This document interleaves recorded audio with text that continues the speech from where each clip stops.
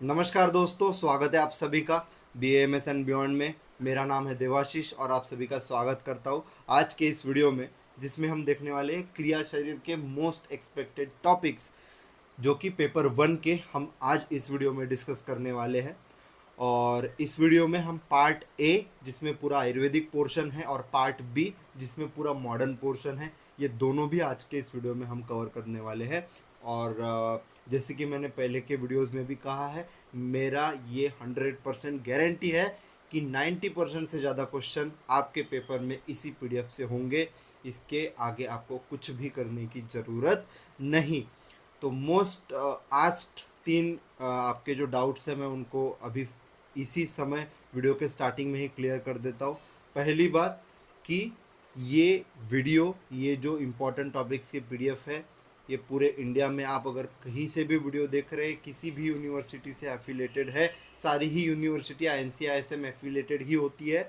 और मैंने NCISM के ब्लूप्रिंट के हिसाब से, NCISM के सिलेबस के हिसाब से ही मैंने ये PDF डिज़ाइन किया है। तो ये, और अभी तक मैंने जितने भी डाले हैं, और शायद एक बचा है क्रिया शरीर का पार्ट 2 जो कि कल आएगा, ये सभी आपके लिए अप्लीकेबल है। चाहे आप किसी भी यूनिवर्सिटी से बिलोंग करते हो, ये आपके लिए सूटेबल है। और बिल्कुल आप इसको पूरी तरह से बढ़िया तरीके से निसंकोच होकर यूज़ कर सकते हैं। दूसरी बात कि ये PDF कहाँ मिलेगा, तो ये PDF जाहिर सी बात है टेलीग्राम चैनल पे मिलेगा, जिसका लिंक पिन कमेंट में आपको मिल जाएगा, आप जाके देख सकते हैं। और तीसरी बात, एज ऑलवेज आपके लिए बहुत मेहनत कर रहा हूँ। मोस्ट इम्पॉर्टेंट टॉपिक्स का ये लास्ट सेकेंड वीडियो है। अब तक रचना शरीर, उसके बाद पदार्थ विज्ञान, संस्कृत, संहिता, इसके सारे के इम्पोर्टेंट टॉपिक्स के वीडियो ऑलरेडी अपलोड हो चुके हैं, तो गो एंड वॉच दैट। और अभी आज का ये वीडियो हम शुरू करते हैं, लेकिन शुरू करने से पहले make sure you subscribe this channel, क्योंकि यूनिवर्सिटी एग्ज़ाम से रिलेटेड ऐसे ही हेल्पफुल कंटेंट मैं आपके लिए यूनिवर्सिटी एग्ज़ाम तक भी लेके आऊँगा। यूनिवर्सिटी एग्ज़ाम के दौरान भी लास्ट मिनट टिप्स और पूरी तरह से आपको हर एक गाइडेंस में आपको प्रोवाइड करूंगा, और अंत तक आपके लिए बना रहूँगा। और आप जब सेकेंड ईयर में जाएंगे तो सेकेंड ईयर का भी पूरा सिलेबस फ्री में इसी चैनल पे करवाया जाएगा। इसीलिए आप मेक श्योर कीजिए इस चैनल को सब्सक्राइब कर लीजिए, ठीक है। तो अभी without wasting any time, let's get started. तो आज हमें देखना है क्रिया शरीर का मोस्ट एक्सपेक्टेड टॉपिक्स। उसमें पार्ट ए, हम पहला चैप्टर शरीर से शुरू करते हैं।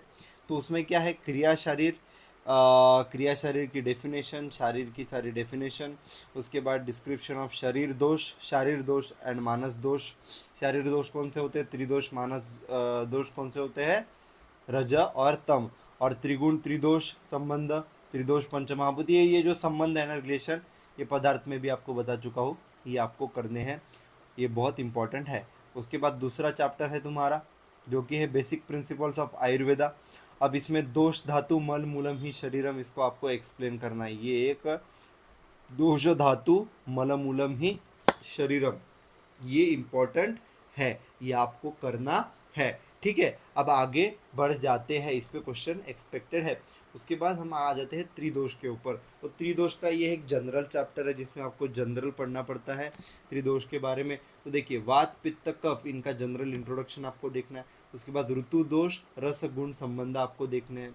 उसके बाद दोष संबंध देखने हैं, अहोरात्र, डे नाइट, वय, फूड इनटेक। ये वैसे अपना अष्टांग हृदय के फर्स्ट चैप्टर आयुष कमी अध्याय, और चरक संहिता का फर्स्ट चैप्टर दीर्घ जीवित अध्याय में भी कुछ कुछ इस तरह का हमें रिलेशंस देखने को मिलता है। उसके बाद प्राकृत व विकृत दोष क्या होते हैं, उनके लक्षण क्या होते हैं, ये आपको देखने हैं। उसके बाद अपना चौथा चैप्टर है वात दोष, पांचवा चैप्टर है पित्त दोष, और छठवां चैप्टर है कफ दोष। अब इनका मैंने सिमिलर एक फॉर्मेट बनाया है, और उसी फॉर्मेट से आप इसको प्रिपेयर कीजिए। ये एक्सक्लूसिव मेरे नोट्स है, ये एक्सक्लूसिव मेरे इंपॉर्टेंट टॉपिक्स की PDF है, ऐसा मैं आपको गारंटी देता हूँ। ऐसा आपको, सॉरी फ्रेंड्स, एक इम्पोर्टेंट कॉल आ गया था। तो मैं ये बोल रहा था, इतना एक्सक्लूसिव आपको प्रॉपर कहीं नहीं मिलेगा, ये मेरी गारंटी, आप जाके देख सकते हैं। मतलब गारंटी, हाँ गारंटी है। मैंने भी मेरे प्रिपरेशन टाइम पे बहुत इंटरनेट पे रिसोर्सेज चेक किए थे, मैं जितना प्रॉपर दे रहा हूँ ना, आज की डेट में कोई नहीं दे रहा। ये मेरे चैनल का खास बात है, मेरे चैनल की खास बात है, इसीलिए मेक श्योर यू सब्सक्राइब। तो हमें क्या क्या कॉमन पॉइंट देखने हैं, देखो वात दोष, पित्त दोष और कफ दोष। इसमें हमें वात दोष की व्युत्पत्ति, निरुक्ति सामान्य स्थान, गुण सामान्य या फिर प्राकृत कार्य, उसके प्रकार भी स्पेसिफिक लोकेशंस मतलब प्रमुख स्थान, प्रमुख गुणधर्म specific properties and specific functions, और सेम पित्त दोष के लिए और कफ दोष के लिए भी। और उसके बाद सिमिलरिटीज एंड डिफरेंसेस बिटवीन अग्नि एंड पित्त, ये आपको अलग एक पॉइंट है पित्त दोष में। अगर एग्जामिनर ने चाह कि कुछ थोड़ा सा ट्विस्टिंग क्वेश्चन डालना है तो ये डाल सकता है, ठीक है। तो ये भी आप करके जाइए, बाकी तो सेम ही है। तो इस तरह से वात पित्त कफ दोष आपको एकदम कंपेरेटिव वे से ही पढ़ना है, तो आप इसको अच्छे से पढ़िए। उसके बाद 7वां चैप्टर है हमारा दोष वृद्धि क्षय। अब दोष वृद्धि क्षय में आपको वात पित्त कफ की वृद्धि और क्षय देखना है, ठीक है। अब वृद्धि और क्षय मतलब अगर आप वृद्धि पढ़ रहे हैं या फिर आप क्षय पढ़ रहे हैं, दोनों के लिए 2 पॉइंट कॉमन है। एक है वृद्धिजन्य कारण, वृद्धिजन्य लक्षण, क्षयजन्य कारण और क्षयजन्य लक्षण। समझ में आया आपको? ये अगर आपने क्षय पकड़ा तो ये दोनों इस तरह से पकड़ना है, और वृद्धि पकड़ा तो दोनों इस तरह से पकड़ना है। मतलब कहना ये है कि वात पित्त कफ इन तीनों दोषों का वृद्धिजन्य कारण, वृद्धिजन्य लक्षण, और इन तीनों दोषों का वात पित्त कफ का क्षयजन्य कारण, क्षयजन्य लक्षण, ये आपको करना है। बस यही है दोष वृद्धि क्षय में, इसके अलावा कुछ नहीं है। इसके बाद दोष वृद्धि क्षय के बाद 8वां है षटक्रिया काल। अब षटक्रिया काल में आपको क्या करना है, इसका सबसे पहले आपको श्लोक करना है। क्षय कौन सा श्लोक है इसका, चय प्रकोपम प्रसरम च संचय प्रकोपम प्रसरम स्थान संचयम व्यक्ति भेदम च यो वेत्ति दोषाणाम स भवेद भिषक, ऐसा कुछ तो भी इसका श्लोक है। मुझे पढ़ के बहुत टाइम हो गया, इसलिए मुझे वो पहली लाइन अच्छे से याद नहीं आ गई। It's fine, there is no issue, बहुत टाइम हो गया, फिर भी याद आया, ये इंपॉर्टेंट है, ठीक है। तो ये अपने लिए इंपॉर्टेंट है षटक्रिया काल का श्लोक। मैं आपको बता रहा हूँ कि षटक्रिया काल इंपॉर्टेंट है, आपको ये करना है। और षटक्रिया काल का श्लोक आपको ये लर्न करना है। वो जो मेन वाला श्लोक है जिसमें 6 के 6 क्रियाकाल का नाम वर्णन है, ये श्लोक इंपॉर्टेंट है। तो इसमें आपको चय प्रकोप प्रसर स्थान संश्रय व्यक्तावस्था और भेदावस्था, इनका ब्रीफ ओवरव्यू लेना है। उसके साथ साथ उसकी अप्लाइड फिजियोलॉजी देखनी है, जो कि डिसीजेस प्रोड्यूस होते हैं ड्यू टू विटिएशन ऑफ वात पित्त कफ। मतलब हर एक क्रियाकाल में वात पित्त कफ जन्य क्या लक्षण होते हैं और उनकी अप्लाइड फिजियोलॉजी, ये आपको इस चैप्टर में बेसिकली देखना है। और थोड़ा सा क्लिनिकल अंडरस्टैंडिंग भी आपकी अच्छी रखिए, क्लिनिकल दृष्टि से भी उसको अच्छे से देखिए, आपको फ़ायदा होगा। उसके बाद अगर हम आते हैं नेक्स्ट चैप्टर के ऊपर प्रकृति, ये भी इम्पॉर्टेंट है। इसके ऊपर LAQ आया था मेरे एग्ज़ाम में, जब मैंने फर्स्ट ईयर का एग्ज़ाम दिया था। तो प्रकृति में 2 प्रकार की प्रकृति है, एक तो है देह प्रकृति और एक है मानस प्रकृति। तो देह प्रकृति में हमें क्या देखना है, उसकी व्युत्पत्ति, उसकी निरुक्ति, उसकी परिभाषा देह प्रकृति की, देह प्रकृति के पर्याय। उसके बाद intra and extra यूटेरिन factors influencing देह प्रकृति, ये इंपॉर्टेंट है, ये देखना है। उसके बाद क्लासिफिकेशन, वर्गीकरण and characteristic features of each kind of देह प्रकृति, तो ये इंपॉर्टेंट है, ये सबसे ज़्यादा इंपॉर्टेंट है वर्गीकरण। इस पे क्वेश्चन आने के सबसे ज़्यादा चांसेस है, इसको छोड़ना नहीं है। अगर ये लर्न करना आपको डिफ़िकल्ट जा रहा है तो इसको ट्रिक से लर्न कीजिए, मैंने भी ट्रिक से ही लर्न किया था। उसके बाद सेकंड है मानस प्रकृति। अब मानस प्रकृति में सबसे पहले हमें देखना है इंट्रोडक्शन मानस प्रकृति का और टाइप्स ऑफ मानस प्रकृति, बस इतना ही इसमें देखना है। उसके बाद आ जाता है 10वां चैप्टर आहार, ये इंपॉर्टेंट चैप्टर है। इसमें आपको आहार की परिभाषा, आहार की निरुक्ति देखनी है। अहिर्यते इति आहार, हमेशा है ना, आहार का महत्व, क्या सिग्निफिकेंस है, प्राणा प्राणा भूतानाम एक श्लोक है बहुत बड़ा 4-5 लाइन का, वो लर्न करना नहीं है आपको, उसका मीनिंग समझना है, वो इम्पोर्टेंट है।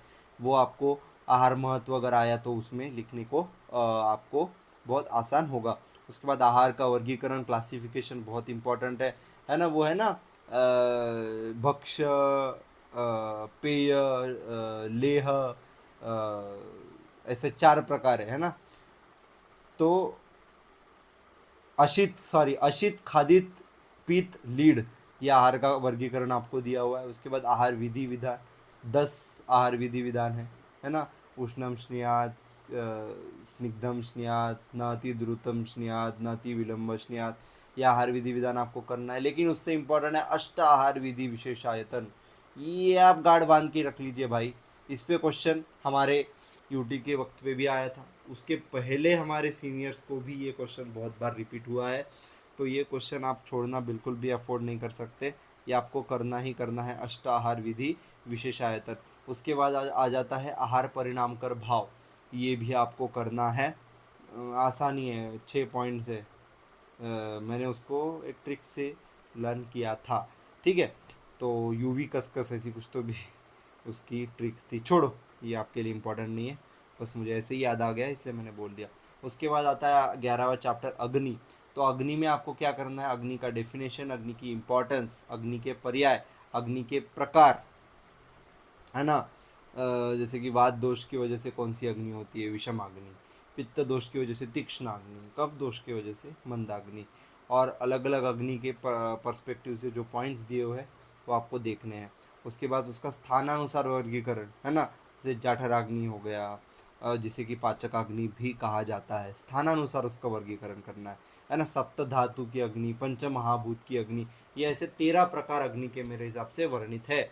उसके बाद अग्नि के गुण कार्य, उसके बाद फंक्शंस ऑफ जाठराग्नि, भूताग्नि एंड धातुअग्नि, ये फंक्शंस भी आपको करने हैं।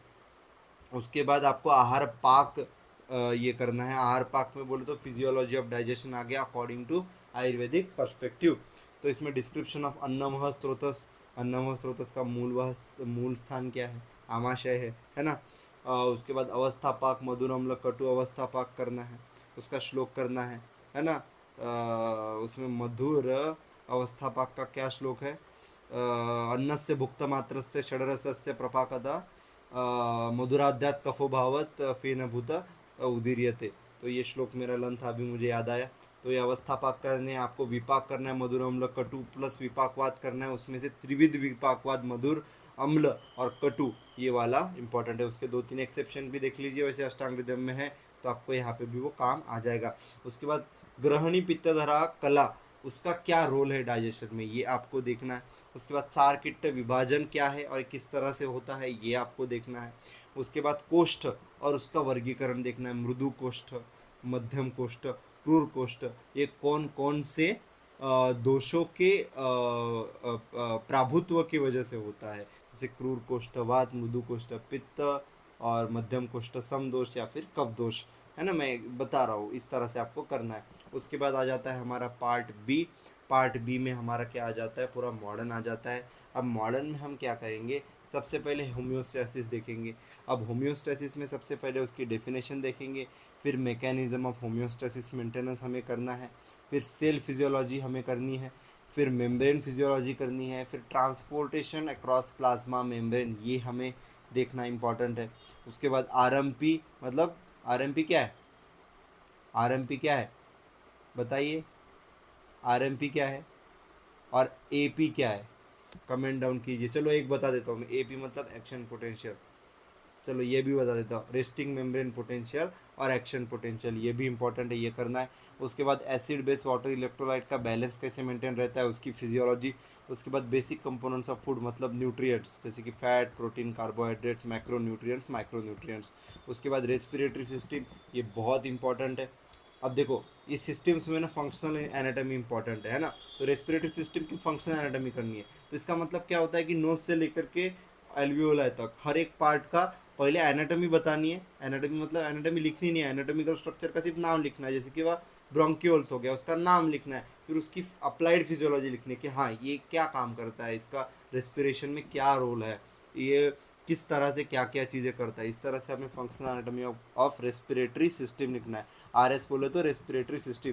उसके बाद वेंटिलेशन आपको करना है, उसके बाद मैकेनिज्म ऑफ रेस्पिरेशन करना है, exchange transport of gases, neural chemical control of respiration, इसको ना भूलना, ये इंपॉर्टेंट है। उसके बाद आर्टिफिशियल रेस्पिरेशन, ये किस 5 कंडीशन में होता है ना, ये दिया है, आप देख लीजिए, ये इंपॉर्टेंट है। उसके बाद asphyxia, hypoxia, pulmonary function test, मतलब पल्मोनरी कैपेसिटीज, पल्मोनरी वॉल्यूम, वो था ना हमें नीट में, टाइडल वॉल्यूम, ये वॉल्यूम, एक्सपिरेटरी वॉल्यूम, वो और कैपेसिटीज़ भी थी, तो वो आपको इधर देख लेनी है।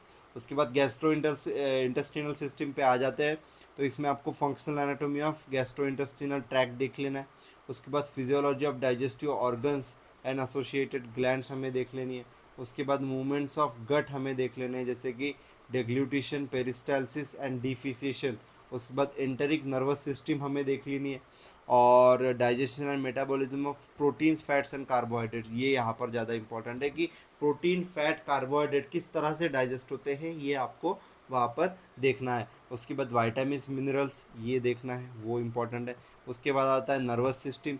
नर्वस सिस्टम का हो गया इंट्रोडक्शन। उसके बाद mechanism of propagation of nerve impulse, neuron का डायग्राम ड्रॉ करते हुए आपको ये एक्सप्लेन करना है। उसके बाद physiology of central nervous system, peripheral nervous system और एनाटॉमी। क्या है ये, एएनएस क्या है पता है मुझे, central nervous system, peripheral nervous system, क्या है ये एएनएस, पता है मुझे, बिल्कुल नाम याद नहीं आ रहा। अगर आपको पता है कमेंट डाउन कीजिए। ऑटोनॉमिक नर्वस सिस्टम, हाँ ऑटोनॉमिक ही होगा ये, ठीक है। ये उसके बाद है physiology of sensory motor nervous system. उसके बाद functions of different parts and lobes of brain, है ना, जैसे frontal lobe, parietal lobe, occipital lobe, temporal lobe. तो अलग अलग पार्ट्स, अलग अलग लोब्स ब्रेन के, उनका आपको फंक्शन देखना है। उसके बाद फिजियोलॉजी ऑफ स्पेशल सेंसेस देखना है, मतलब स्पेशल सेंसेस, है ना, पंच ज्ञानेंद्रिय मॉडर्न के हिसाब से। उसके बाद physiology of sleep and dreams, ये आपको सेकेंड पार्ट में आएगा। यहाँ पे आपको फर्स्ट पेपर में भी इसको करके जाना है, सेकेंड पेपर में भी आएगा, इसका स्पेशल चैप्टर है। ईईजी, ईईजी का फुल फॉर्म बताइए। ईसीजी नहीं है ये, ईईजी है। नीचे फुल फॉर्म मुझे कमेंट कीजिए। और ईईजी ये इम्पॉर्टेंट है, क्वेश्चन आ सकता है।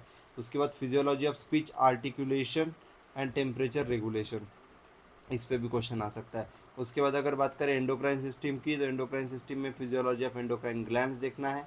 मतलब अलग अलग ग्लैंड है हमारे, थायराइड ग्लैंड, ये ग्लैंड, वो ग्लैंड, एड्रिनल ग्लैंड, इनका फिजियोलॉजी देखना है। और इनके जो प्रोड्यूस किए गए हार्मोन्स हैं इन एंडोक्राइन ग्लैंड्स के, इन हार्मोन्स की भी हमें फिजियोलॉजी देखनी है। और इसी तरह से हमारा डिस्कशन कंप्लीट होता है क्रिया शरीर के पेपर 1 के मोस्ट एक्सपेक्टेड टॉपिक्स का। मैं आशा करता हूँ कि ये वीडियो आपके लिए हेल्पफुल होगा, आपको अच्छा लगा होगा। तो अगर अच्छा लगा प्लीज़ सब्सक्राइब, लाइक, शेयर। मैं मिलता हूँ आपको क्रिया शरीर के मोस्ट एक्सपेक्टेड टॉपिक्स के पेपर 2 के वीडियो में। कल ही वो वीडियो आएगा। तो तब तक के लिए पढ़ते रहिए, मस्त रहिए, खुश रहिए। मैं आपकी इजाज़त लेता हूँ, और चैनल को देखते रहिए। तब तक के लिए goodbye, tata, see you, जय हिंद, वंदे मातरम।